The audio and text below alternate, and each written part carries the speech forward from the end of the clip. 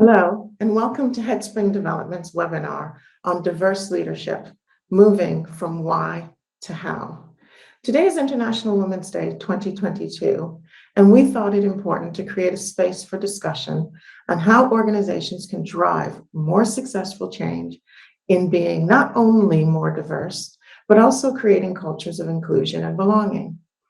My name is Lizanne Gale, and it is an absolute pleasure to be here. I'm the Global Head of Learning and Innovation for Headspring Executive Development, and I'm responsible for what I call our team of learning ninjas. They're incredibly experienced and passionate about helping organizations and their leaders learn new skills, knowledge, and ways of working around all sorts of business issues. I want to say a big thank you to each and every one of you for being here today. This is a topic which is very close to my heart and my mind on how we create communities which allow all to feel valued, stimulated, and productive. We at Headspring are very proud to be working with organizations which have a similar focus. Given the world we are all share and the events unfolding, we are talking more and more about responsible leadership with our client partners. Whatever language you use, whether that be purposeful, sustainable, or responsible leadership, the emphasis that we are seeing more and more of is on being accountable for the outcomes, while acknowledging that obviously leaders do not and cannot have all the answers and must rely on others as well to achieve the right results for people, the planet, as well as any profit goals that may be set. When thinking specifically about diversity, it is only the beginning of the work that needs to be done. We all understand that creating a diverse workforce on any metrics defined, whether that be gender, age, race, or other factors, it's meaningless if the organizational culture in which the work is done is not based on principles of psychological safety, inclusion, and equity. Valuing diversity of thinking, diversity of experiences, and of course, diversity in terms of some of those personal characteristics is about counting the bodies.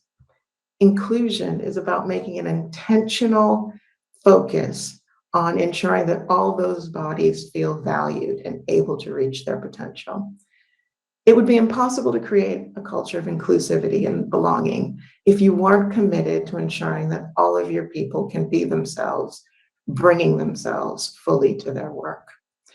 Our mission at Headspring is to empower organizations to embrace change and inspire a culture of continuous learning to stimulate innovation and drive outcomes that will shape the future. In that spirit, we're here today to learn from leaders in this space from 5 different organizations who are not just talking about diversity, but taking specific action. This should be a very interesting conversation. I'm quite looking forward to it. And so without further delay, I will hand you over to our moderator for the session, Silvia Pavoni, editor, Sustainable Views Economics editor at The Banker, of the part of the FT group, and to the wider panel. Over to you, Silvia.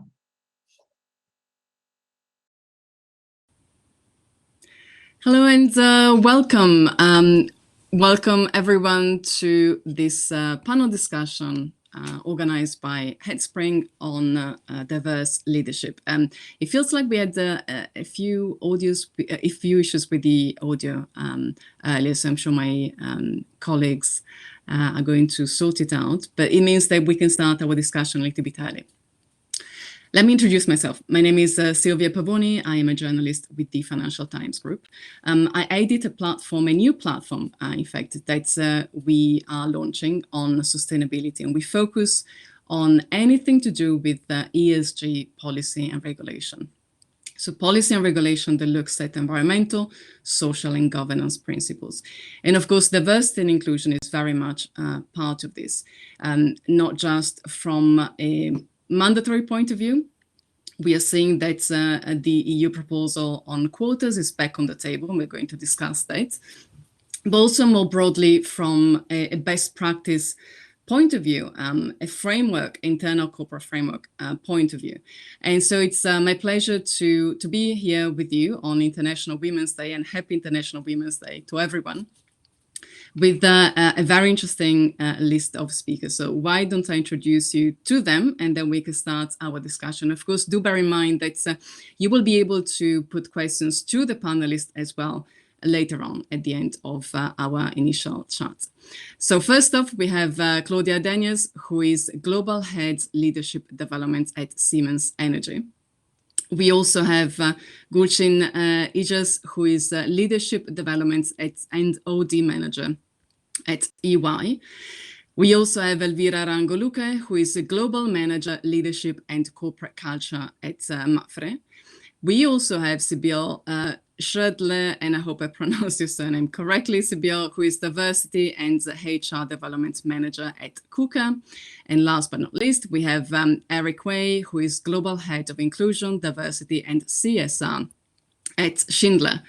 So welcome, everyone. We have, as I said, a very nice group of professionals who are not only experts in this field, but also represent a variety of industries, from engineering to robotics to financial services, consultancy, and energy. So I'm very keen to get your views on where we are at this moment in time when it comes to diversity and inclusion. Of course, we all have an ideal setup in mind, I guess, on where we want to be. And then we're also going to talk about the how, so how we get to the points, to the ideal points in which diversity and inclusion really is part of the way the companies operate, and it's not something that we need to justify or discuss really too much at length.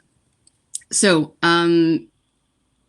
where are we when it comes to diversity and inclusion, and what does diversity look like in your respective industries? So let me start with Claudia. I'll put you right on the spot, Claudia. Okay, Sylvia, right on the spot. So, yeah, maybe I start with saying a few words about Siemens Energy, so you know the context I'm working in. So we are 91,000 people from 150 countries, and we're active in 90 countries all over the world. We are an energy solution provider. We are active in power generation, transport, storage of energy, and also reducing the CO2 footprint in energy consumption in industrial processes. So that's what we do. We are a very young company on the one hand, because we went public in September 2020. And we have a very long history because we were part of Siemens with a 170-year-old history. I'm saying this to give you a bit of the framework of diversity in which we are operating.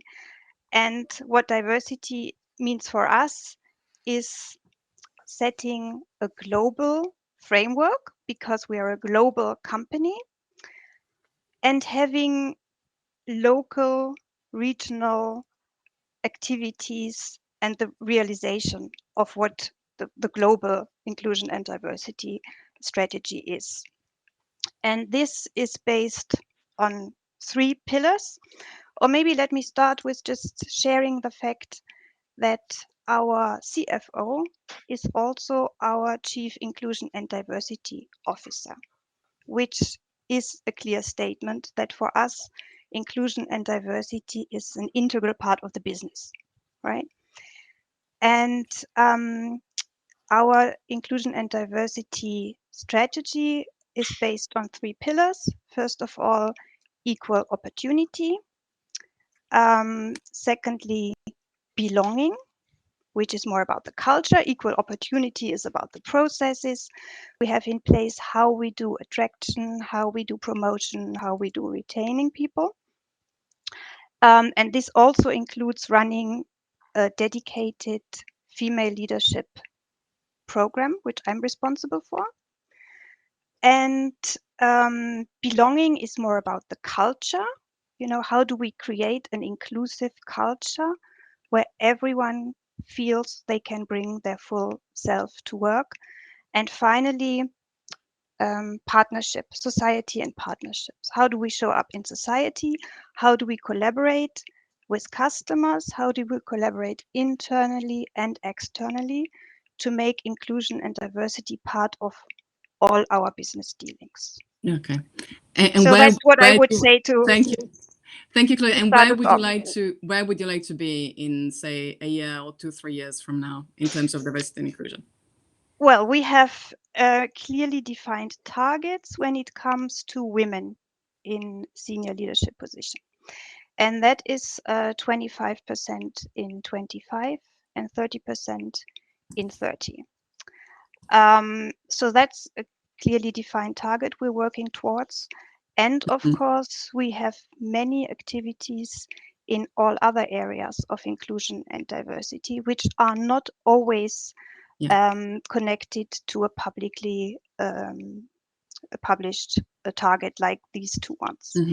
Thank you, Chloe. So it's great, as we start the conversation, it's great to for all of you to share where you are at the moment, perhaps, and where you would like to be, so that we can all help the audience also who are very likely on the same journey to give them examples of what has worked and what you're working on indeed to help you get to those targets. Gulshin. Thank you, Sylvia. So EY is a large global consultancy firm which offers a number of services from tax and audit through to consultancy in various sectors. So a number of very, very wide-ranging services, and therefore wide-ranging people that are offering those services. In the UK, our strategy is focused on really radically accelerating progress on DE&I by creating a culture where everyone belongs. So some similar themes to what Claudia mentioned. We're also really working to significantly shift the makeup of our partnership by 2025. And we aim to do this through 3 strategic choices. The first is building that culture of belonging that's really driven by inclusive leadership behaviors. And these need to be embedded in all of our business and talent strategies. So we're really looking to create that systemic change. The second is that differential focus specifically on race and gender, but not exclusive to. So of course, we are looking at other underrepresented groups, but in terms of our public target, it's in relation to race and gender. And we do have a target to double the proportion of female and ethnic minority talent in the youth partnership. So that's to 40% for gender and 20% for ethnic minority by 2025. And the third is to be that leading, disrupting voice on DE&I through strong narrative and brand positioning. So this is part of that culture change piece, ensuring that we have that storytelling and role modeling within the organization to reinforce that there can be many different types of leaders here. Thank you so much, Gulshin. Thank you for sharing those targets. And we are, as I say, we're going to go back after everyone has shared their I guess, figures and what they're trying to do at the moment. We're going to go back to practical examples. Now on to Elvira. Thank you, Sylvia. First of all, thank you for inviting my company, Mafra, and myself to be here with you today to share our situation in terms of diversity and leadership. As you mentioned when we talked last week, when organizing this event, there is still a huge gap between perception and reality, planning and execution, and talking and doing. And I would like to say that in Mafra and in some global companies such as ours here today, we have an advantage and also a responsibility in terms of leading the achievement on this objective worldwide. Mafra is a global insurance group with employees in more than 40 countries and clients in more than 100. It is a benchmark insurer in Spain, leader in Latin America, and also we have a strong presence and position in the United States and continental Europe. The scale of our business is important, but equally so the underlying values and principles that guide us: equality, respect, and inclusion among them. In the words of our CEO, Antonio Huertas, we are a company of people who care for people. And it is how we define ourselves. because we do what we do with a humanistic orientation and a strong ethical and social commitment. It is a different way of working and one that is recognized by our stakeholders. We consider without ethics, there cannot be business. And this is overriding principle that govern us and apply to everything we have been doing for close to 90 years. At Mafra, focus on point, we promote equity in all kinds of relationship, and we take pride in being a diverse and inclusive company. We apply a gender diversity strategy that aims to overcome legacy situation and promote female talent through the company's organization structure. Especially this has been traditionally more complicated, as my colleagues mentioned, in senior management positions, and we are doing it. We have made good on our public commitment undertaken at the highest corporate level to ensure that at least 40% of executive responsibilities are now held by women. And we continue to make progress in strengthening our company present and future with this talent by prioritizing these appointments to women to position of responsibility. So, in conclusion, for the period 2019-2021, Mafra has publicly committed to having women fill at least 45% of all annual vacancies for position of responsibility by 2021. And last year, this figure was 49%. And a total of 81 women hold executive management positions on or sit on board directors. And also the board of director of Mafra SA, which is our holding company, count 5 women among its members, which represent fully 1/3 of all members. Our chairman said, if 56% of Mafra workforce is made up of women, there is not good reason why they don't hold 56% of all positions of responsibility. Wonderful. Thank you so much, Elvira. You shared some really good numbers there. Very interested to finding out how you got to those figures. It sounds like it's all down to the leadership and willingness right at the top. And I'm sure that's probably the same for many, if not all, of the other participants. Let's now hear from Sibyl. Okay, then. Kuka belongs to the robotics industry and is one of the leading suppliers of intelligent automation solutions. Sales are around 2.6 billion euro, and we have roughly 14,000 employees. The general proportion of women is 20% globally. There was a slight rise in the last years, but unfortunately no significant development. In the machinery and plant engineering industry, the benchmark in 2016, so a bit longer ago, was 17% female employees. So we are at least a bit better than that. Regarding women in management positions at Kuka, there was a progression from 12% in 2018 to 15% last year. Our goal is to rise the overall percentage of women to 25% within the next years, and we want to see at least 20% of females in management positions. And currently there are 107 nationalities working for Kuka in about 25 countries. Very good. Thank you, Sibyl. So big company, interesting numbers, and you're going to tell us how you want to get to your targets later on. And now over to Eric. Thank you, Sylvia.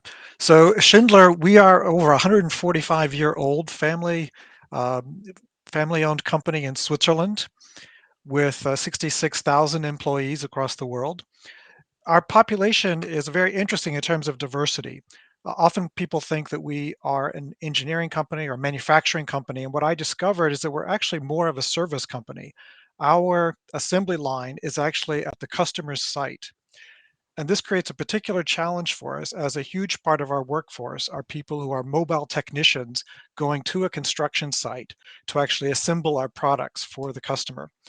And this population tends to be across the industry around 2% female, which is extremely low. So you can say it's a bit like when you go into a car dealership workshop or a truck workshop, you're going to see similar numbers. Often it's around traditionally work that has been rather heavy, and perhaps environments that have not been traditionally welcoming to women. So just to talk about the gender elements there. However, if we look at our white collar population, there we have between 25 and 30% female. So very different populations in terms of gender. We are, on the other hand, very diverse in terms of nationalities. Our executive team has 8 nationalities. And I think this is also a bit due to our structure, because we are, as being a service organization, our countries are very much independent. And therefore, it's a real opportunity for the talent to grow in these different markets. And we're very strong in mobility as well, which means we've been able to take advantage of that diversity as a good example we have. We have public targets that we set out to reach 25% women in our top leadership pipeline. And we actually were able to reach that target a year in advance. So right now we're looking at what is our next step, where we're especially going to be focusing on how can we now that we've strengthened our pipeline, how can we really focus on getting especially women from the pipeline into position. And at the same time, we want to roll out a program on inclusive leadership, because that's the best way to touch all different aspects of diversity and to really get that inclusive culture in the organization. I'd just like to share one interesting statistic. Often leaders are a bit reluctant when we're pushing to hire more women, because they think that, well, I may be stretching outside my comfort zone, or stretching outside the competency zone.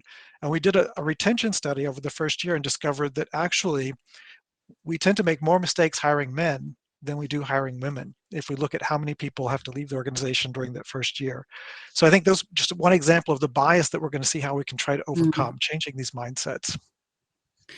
Thank you so much, Eric. Such an interesting statistic that you shared with us. And of course, the theme of this year's International Women's Day is exactly this, overcoming bias. So it would be really, really interesting. Very curious to hear a little bit more about your study and the ways that you are trying to overcome this bias. Before getting right into the very practical side of this session, though, I just would like to ask you something. And we started talking about it even before we went on the live stage.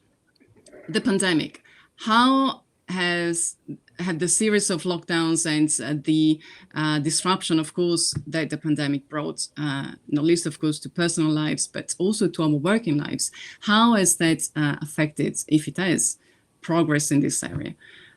Who would like to go first? Well, I've noticed 2 themes that were very prominent in terms of the pandemic and the impact that it's had. The first was that women and those from underrepresented ethnicities were likely to be overrepresented in the sectors that were worst affected by the crisis. So, for example, hospitality or care.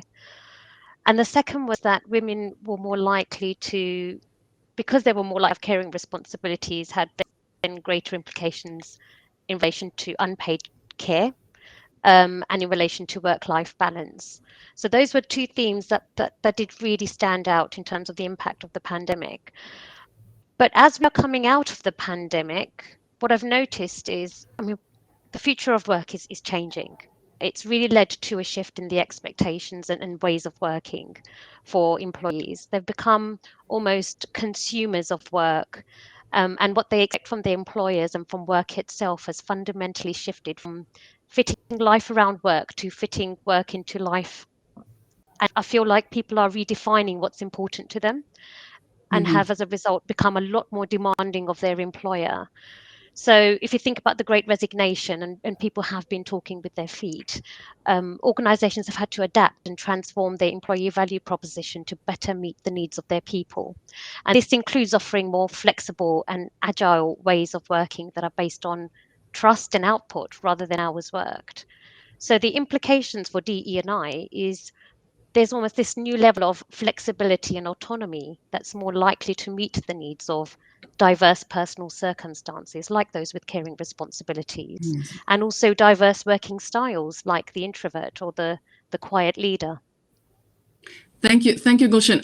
I could see, I think, Erin nodding, but I'm sure others may, and Sibyl, others would like to perhaps to also share their thoughts on this.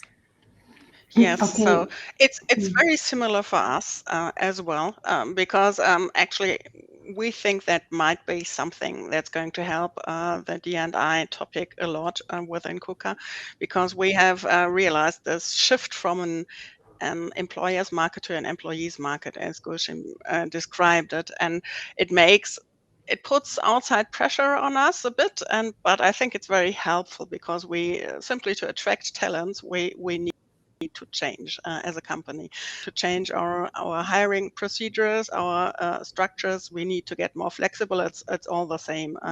Gulshan already mentioned. For us, it's especially important because due to the pandemic and its economical consequences, because we are closely linked to the automotive industry as well, we couldn't hire anybody for the last almost 2 years. So we have a huge backlog of people we need actually in the business, in the daily business. And now we are trying to hire more or less lots of people at the same time. And D&I needs to play an important role in that, to just broaden the group of people who might be attracted to Kuka. So flexibility, of course, very important, particularly when the existing staff sounds like many of us actually found ourselves in similar position, very much overworked. So I wonder whether anyone else also would like to comment on the way, because this is actually very much a practical way of I would imagine, improving diversity and inclusion, being allowed to offer more flexible working, I guess, environment and patterns. And perhaps also the leadership may have found this to be beneficial. It's not just something that they perhaps may have felt is needed to retain and attract talent, but also something they maybe also enjoyed. Well, I'm not so sure about enjoying or not enjoying. I think we definitely have gone through a crisis with COVID, and we've all tried to see the good in it as well. And I think the leaders had to step up and change some ways of behavior they had been using for a long time. So I think that was also an opportunity, and we spoke about this a lot in our leadership programs, to become more inclusive as leaders. I mean, just imagine what all we learned about each other during the pandemic that we didn't know before, because we were in each other's houses all the time, right? So leaders had their children in the background the same way that employees had their children sitting in their lab or at the back at a desk trying to do their homework at the same time. I also noticed that many people became more open in terms of sharing how they were feeling. So I noticed a change in how a check-in took place. Yeah, so people did share more about themselves, did share more about their current situation. And I think this is also something where, in some cases, a new dimension was added to the relationship within the teams and between leaders and employees, which can help divert. I'm not saying this is all great, because now we're all, don't get me wrong. And I think it was a learning opportunity that many leaders also took for themselves and changed and adapted their leadership style to be more inclusive. Thank you, Claudia. So unless anyone else would like to also share the thoughts on this, just physically raise your hand and I'll come to you. Yes. Otherwise, we have Elvira. Silvia, yes, I just wanted to share quickly how has the pandemic affected progress, because we continue working for an inclusive workplace meritocracy in order to develop our talent because of meritocracy and not for age or for some other aspects or reasons. So the pandemic, of course, has affected women teleworking, working from home, and women have lived more intensively ways being at home at the same time and work, and that's the reality. But I don't want to miss some data that I missed on the previous question. So in conclusion of this first question, although we still have room for improvement as a global Spanish insurance company, we think that we bring diversity and inclusion to Mafra Life, and we also look into female leadership and developing initiatives annually, because I saw some question on the chat. Insurance has among our values diversity because we must be connected to society, and also because of our general purpose, which is to give service to our clients and to deliver the best relationship as possible with all our stakeholders. So we live in a diverse society, and that's why diversity must be present in our company values, and to be able to give the best service to our client. And to highlight the diversity we have in my company and how important it is for us, we have worked together 5 generations, more than 30,000 employees around the world and present in 40 countries. We have almost near 90 nationalities. And in this building where I am right now, we have more than 50 nationalities together, working together. And more than 50% of our staff are women, 55.6%. Yeah. And 3.5 are people with disability. So we have established a public commitment on that. Wonderful. Thank you, Elvira. And you mentioned, of course, the questions, and thank you so much for the audience for already engaging with us. Clearly, there is interest from you watching us about hybrid working and bias. And one of the questions is exactly about mitigating bias in a hybrid working model in favor of bias that's in theory would be in favor, for example, of those visible in the office. I'm tempted to go to Eric. Eric, you mentioned your analysis of bias when it comes to recruiting, gender bias, but what about this kind of bias? Have you put any thoughts on this? Is it something that concerns you? So the ones who show up in the office now that we are going back to the office in some parts of the world, if not all parts of the world, are they going to be viewed as more committed perhaps? Are they going to be in the know? Are they going to get the promotions? While the ones at home will be left out? That's certainly the risk. And so I think what we see with bias, especially unconscious bias, we tend to think that we should be aware, but studies show that being aware, because this is an unconscious phenomenon, doesn't really solve the issue in most cases. It often comes down to what are we measuring and how are we tweaking the process. So I think one thing I feel we need to look at is measuring, when I go through, let's say, my talent review or succession planning, noting down of the people I've evaluated here, how many are working significantly from home, how many are more on site, as we start to come back to the office. So I think that's going to be a key issue, is really looking at those numbers and seeing, am I seeing a trend that is not explained by the actual information? And I think also by having more and more virtual sessions, and maybe having leaders getting more and more adapted to virtual connection, virtual meetings to maintain that and not just go with one-to-one meetings. I think that will also help them realize that the virtual relationships are just as important as those that we see face-to-face. There's a matter, I guess, of normalizing really this new way of working, so this virtual, sort of 2D, I guess, connections rather than the ones in real life in 3D. Exactly. Another question from someone saying that in their company, the people who tend to be to return to the office apparently are men, and so this person is asking whether we should take this as a sign that the 9-to-5 schedule may not be suitable for women. Why would it not be suitable for women? Are we thinking about childcare here? I mean, what is your reaction when you hear about this experience? Who would like to comment on this? Just simply raise your hand and I'll give you the virtual stage. Is it something that you are seeing in your companies as well? The men tend to be in the office more than women now that we can? Or maybe not. I think it goes beyond gender, doesn't it? It goes to working style, whether you're introvert or extrovert as well.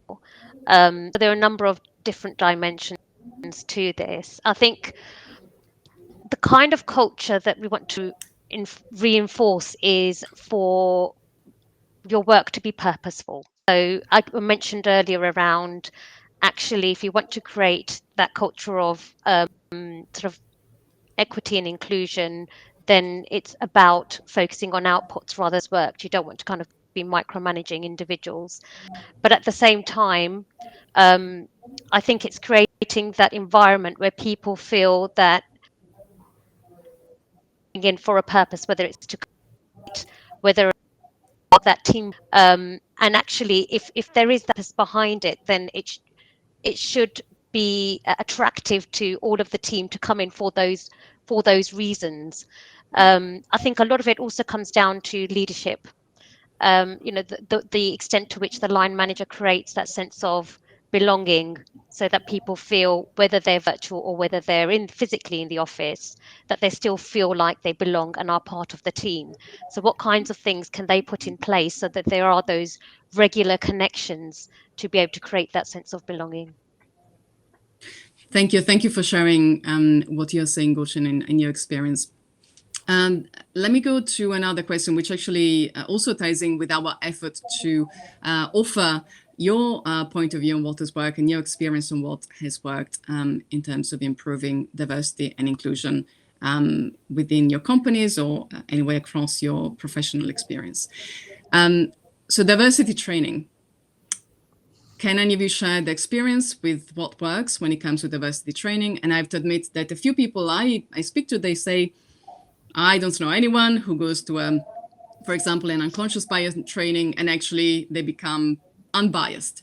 So a few people have been telling me this doesn't work. A few others disagree. What's your point of view? What works and how is it a matter of doing the way that you do this training? Is it meant to be part of a broader, I would imagine the answer is yes, effort by the whole company? What has worked in your experience? Eric. Okay. Yeah, I would say let me go to Eric first. Thank you. Please. Yeah, it's a very tricky topic. This question of should it be mandatory, should it not be mandatory?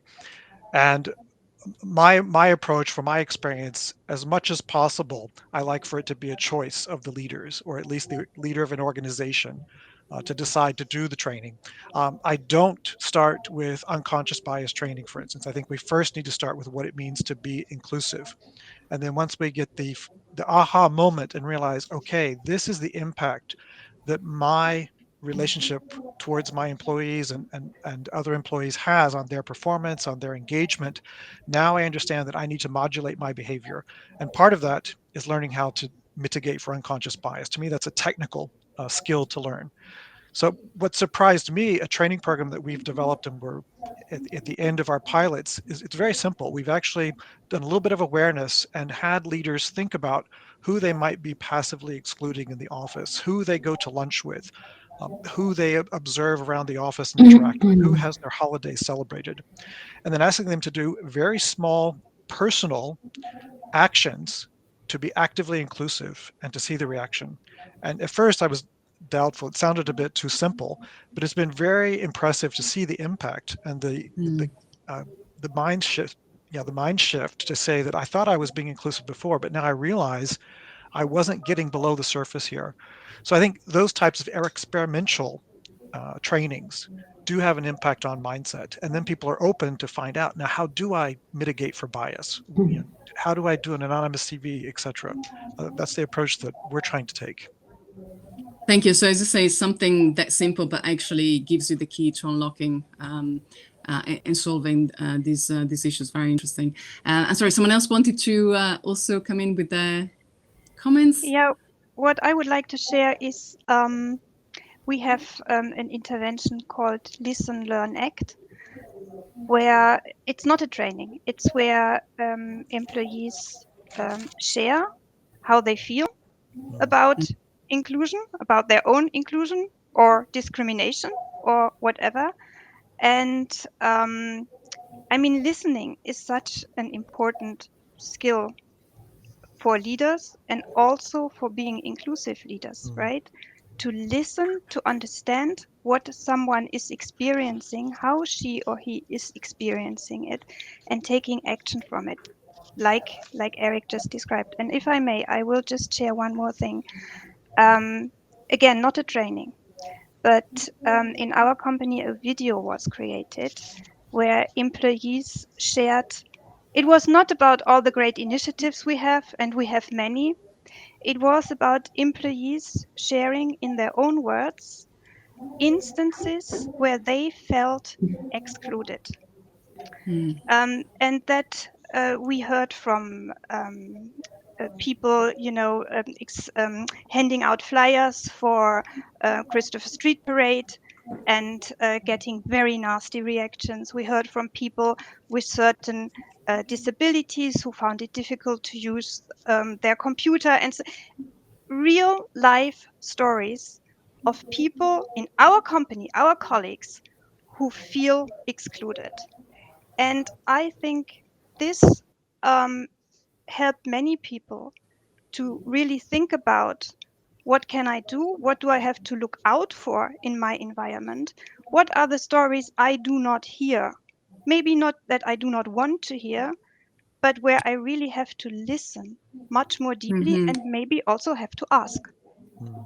Thank you, Claudia. I can see how that's would be a really powerful way, actually, of making people realize of what their action may lead to, and intentionally. Gulshin. Absolutely agree with you, Claudia. You cannot underestimate the power of storytelling, because that's what really reaches hearts and minds, and that's what culture change is, isn't it? It's changing hearts and minds. So we've done quite a lot of work, invested some time and energy in really improving the lived experiences of our people by sharing those authentic stories.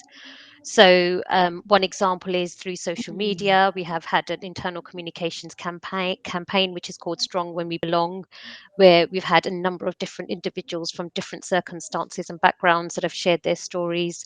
And then there are some local initiatives where at a service line level, we've had a lot of storytelling to really raise awareness of what it's like to be in somebody else's shoes. And that has led to them interacting differently with others, and even the work that they do and the projects that they design, it's influenced that too. And also the power of networks. So we have a number of active networks that have a voice, and have also run a number of that have involved storytelling. So I would definitely agree that that's been a bit of a game changer, I would say. Thank you, Gulshin. Yes, Sibyl.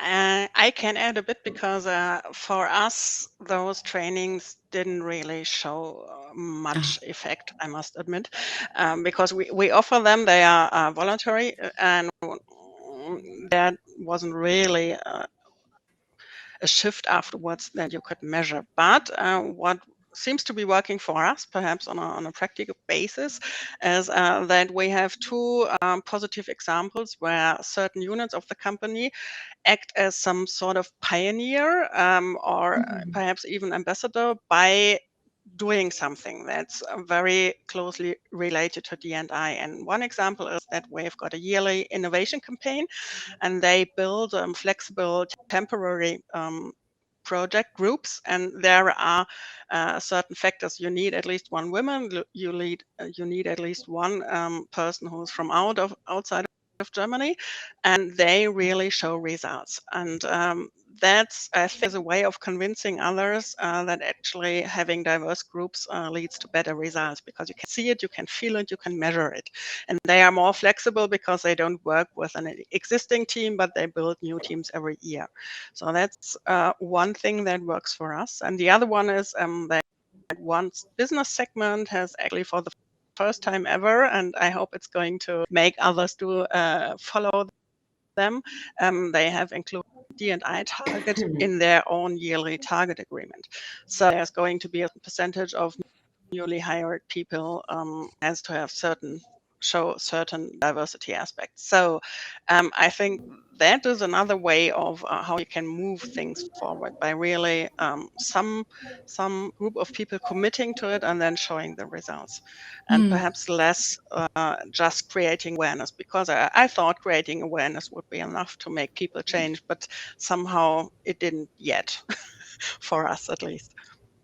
Thank you, Sibyl. Interesting idea, the one of creating a pioneering group. And also you mentioned targets, which leads in really nicely to one of the points I would like to touch on, which is also in a way, I guess, connected to another question. So the person putting the question is asking, what do you think is the one thing that actually holds companies back from making real progress in this area? And my personal question is, if you don't see this change, should we all call for governments to force the change? So I'm thinking about quotas.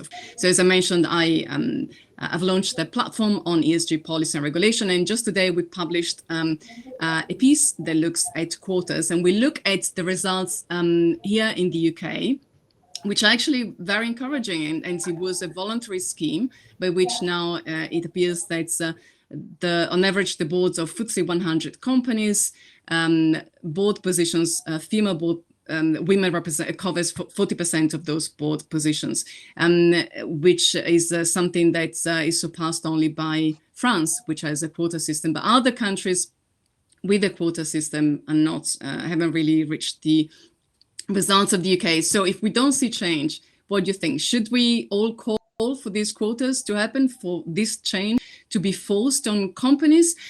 What is the one thing, and if not, what is the one thing that is holding progress back? Eric?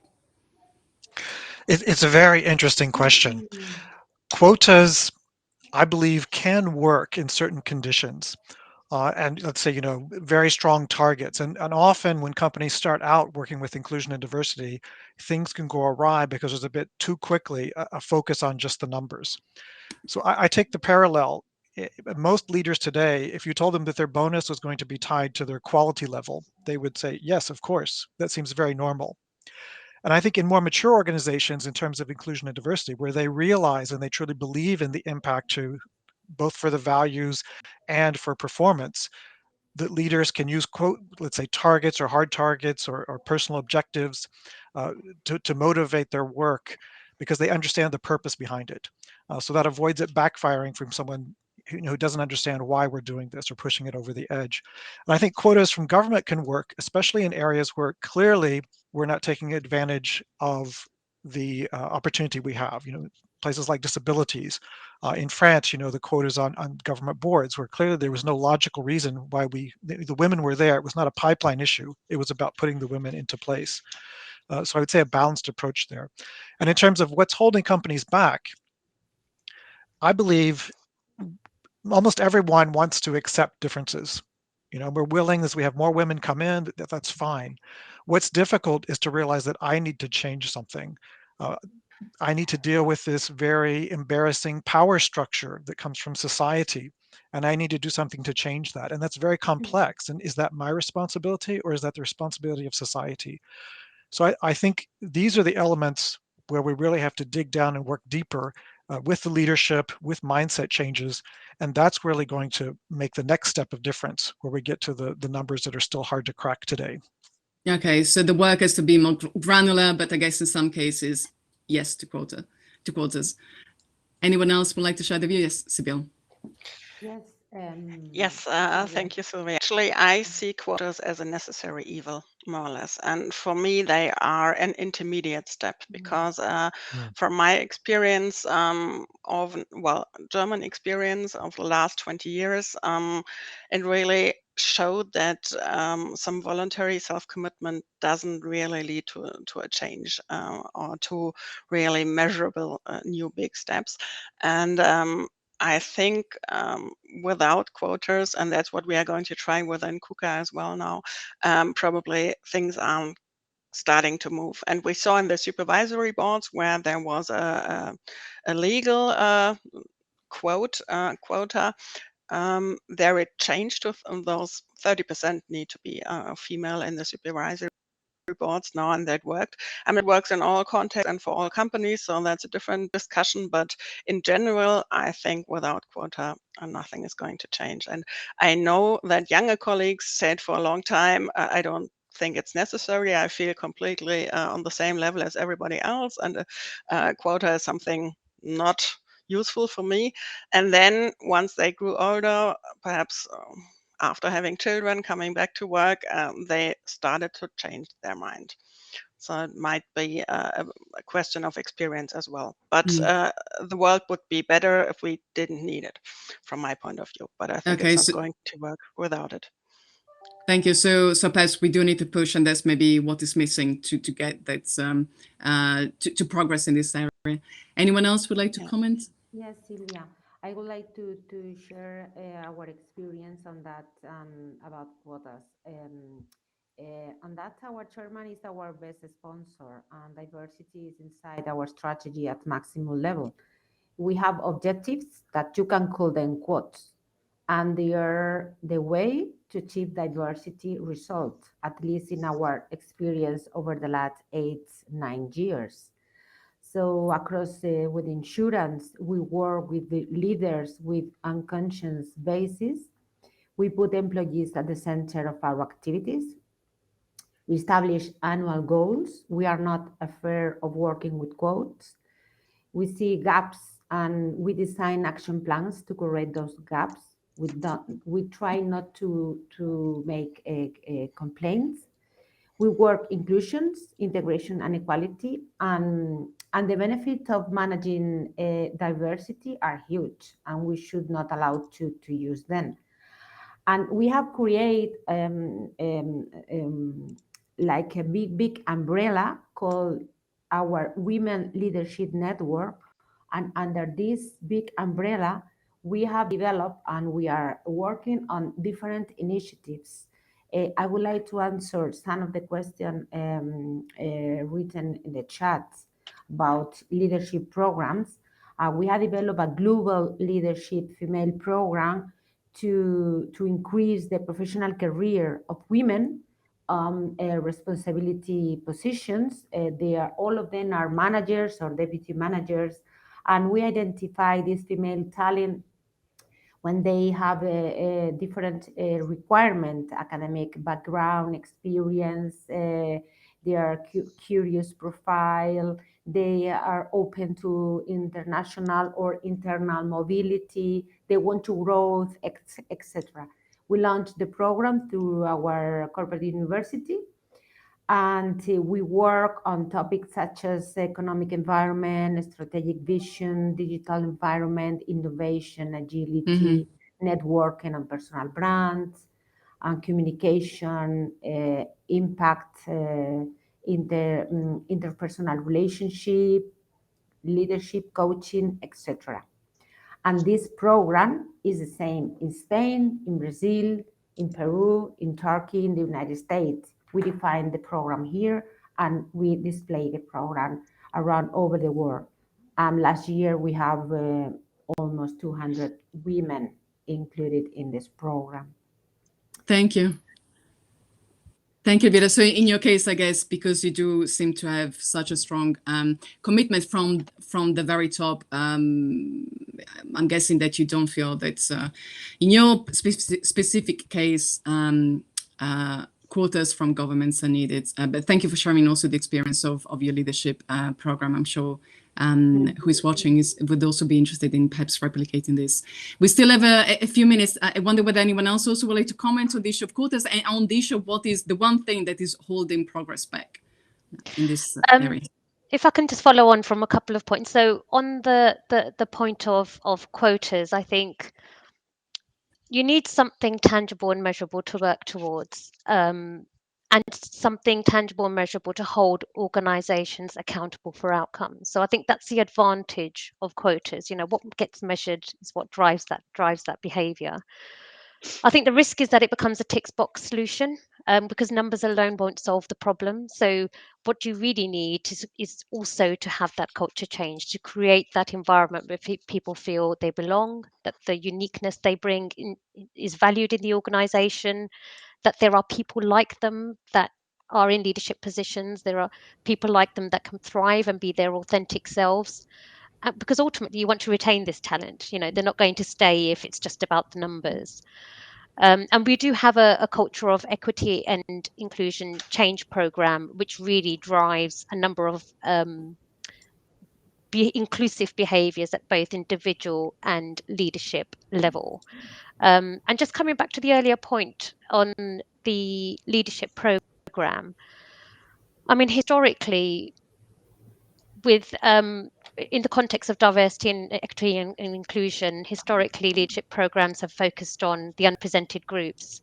And again, there's a risk there because it may be deemed as we're trying to fix those, but actually what the issue is the system. So what we need to do is fix the system. So one of our leadership development programs is aligned to our culture of equity and belonging. And what we do is not only work on supporting, coaching the individuals, but also involve broader stakeholders that act as allies. And our call to action to all of these individuals is to be that change agent in creating that inclusive culture. So it takes a much more holistic view on leadership development that goes beyond the individual. So important to change the structure in any way possible, Goshen, and thank you for sharing that, and of course creating a system, a network of allies. Anyone else would like to comment on this? We still have a few minutes. Otherwise, there is another question from the audience. Let's see whether we can try and address it, and it's perhaps it's in line with what we have already discussed, which is in a sense bias. So let's say women coming back after a career break, how are they going to be seen? Are they going to be also considered for promotion and career progression? We're talking, I guess, about bias here as well, or is it something more structural, do you feel? Who would like to try and answer this? Any experience in your organizations of, has this been an issue, women or anyone perhaps taking a career break and then trying to come back? How do you view that break? Is it a constraint to career progression? Well, I can only share that as I'm responsible for the senior leadership programs, we, I would say in every program, we have 1 or 2 women who, because it's a 1-year program. So we do have women who go on maternity leave just before, during, or after the program. And so far, it has not stopped anyone from nominating them or has meant a hiatus in their career. If they are identified as part of the succession pipeline, if they are nominated for this kind of program, they take part. And then the individual solution to how they do it is different. Some say they want to go to the next round. Some, even when we had face-to-face, we had a lady coming with her baby to the program, and her mother was in the background helping out. This, of course, now has become easier in the virtual environment where the babies can be looked after sometimes even during the session. So I would say from my personal experience with the leadership programs we're running, there it's not an issue at all. Okay. Well, it's good to know. Is it the same for others? Because it sounds like for at least from the person who put the question, it may be an issue. I think that Eric wanted to say something, and then Sibyl. Yes, we have a targeted program. We're a partnership with a returners network in Switzerland in order to get focus on this untapped talent. So part of that is bringing awareness that, maybe your eyes are not open to this group of people where what does the gap in the CV mean? So it's about getting people familiar with that and saying that this is normal, that, people are stepping out for a while and then coming back. And in Spain, we actually have a very targeted program hiring women who've been out for 10 years or more, and then accompanying them through the training. So really ensuring that they are successful, and that any of these roadblocks or mindsets that might be in the company, that we push through that. So I think programs like that can help us to change our overall mindset on how we have this bias towards these gaps.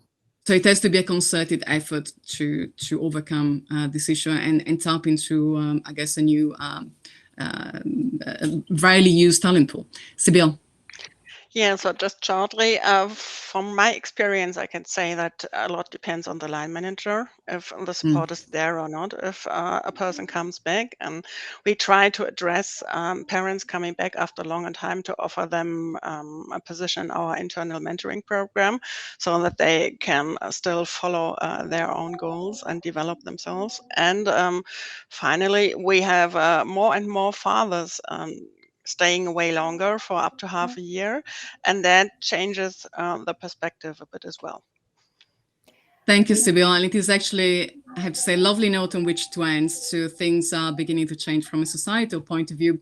Something, though, that is encouraged by, of course, companies' ability and interest in offering, when it comes to childcare, parental leave, extended parental leave also to men. We've got to the end of our session bang on time. And so all I now would like to do is to thank so much our panelists for sharing their time and their comments with us. I hope everyone watching found it useful. We heard about practical examples, the personal experience of what has worked, and of the work that is still needed to get to a place in corporate world, both in society in which we feel comfortable enough and which is just a representative of the composition of the whole world. Again, I'm Silvia Pavoni. I'm the editor of a new platform of the Financial Times called Sustainable Views. For anyone interested in finding out a little bit more about our coverage, today we have again a piece on gender quotas and more. Do get in touch with me. You'll find me on social media. Thank you again to all our panelists. And of course, feel free to get in touch with them. I'm sure that they won't mind. And I'm sure you can also find them on social media. I'm just going to thank you as I see you on the screen, Sibyl, Claudia, Eric, Gulshin, and Elvira. Thank you so much for staying with us, for talking to the audience. And thank you to the audience for being so engaged. Goodbye. Wow. Well, that discussion has given me quite a lot to think about. Thank you, Sylvia, and our panelists from Siemens Energy, EY, Schindler, Kuka, and Mafra for sharing their diversity, inclusion, and belonging journeys. What strikes me is that there is not one way to achieve success, or even to define it. Every organization is starting from a specific reality, both from a competitive and cultural perspective. Add in the mix of varying priorities and of budget, time, and resources available. All of these factors clearly need to be managed in every company. Then each company will be making very different choices about how to first define the outcomes they want to achieve when related to diversity and inclusion, and what they are willing to do to get there. The irony is that we started by saying that the point of this session was not to discuss the why behind diversity efforts, but rather to think about the action being taken. But clearly that definition of the why, a clear understanding of what is at stake if you do not seek to change your culture when needed, particularly around topics of inclusivity and being welcoming to all. If you haven't defined that why, it's most likely going to affect your chance of success, because that why is going to be the foundation to any action that you take. With that thought, I would like to say thank you again for joining us today. Thank you to Sylvia and to our panelists. And I hope that this is only the start to your celebration of all the women in your lives today. All the best, and see you next time. Goodbye.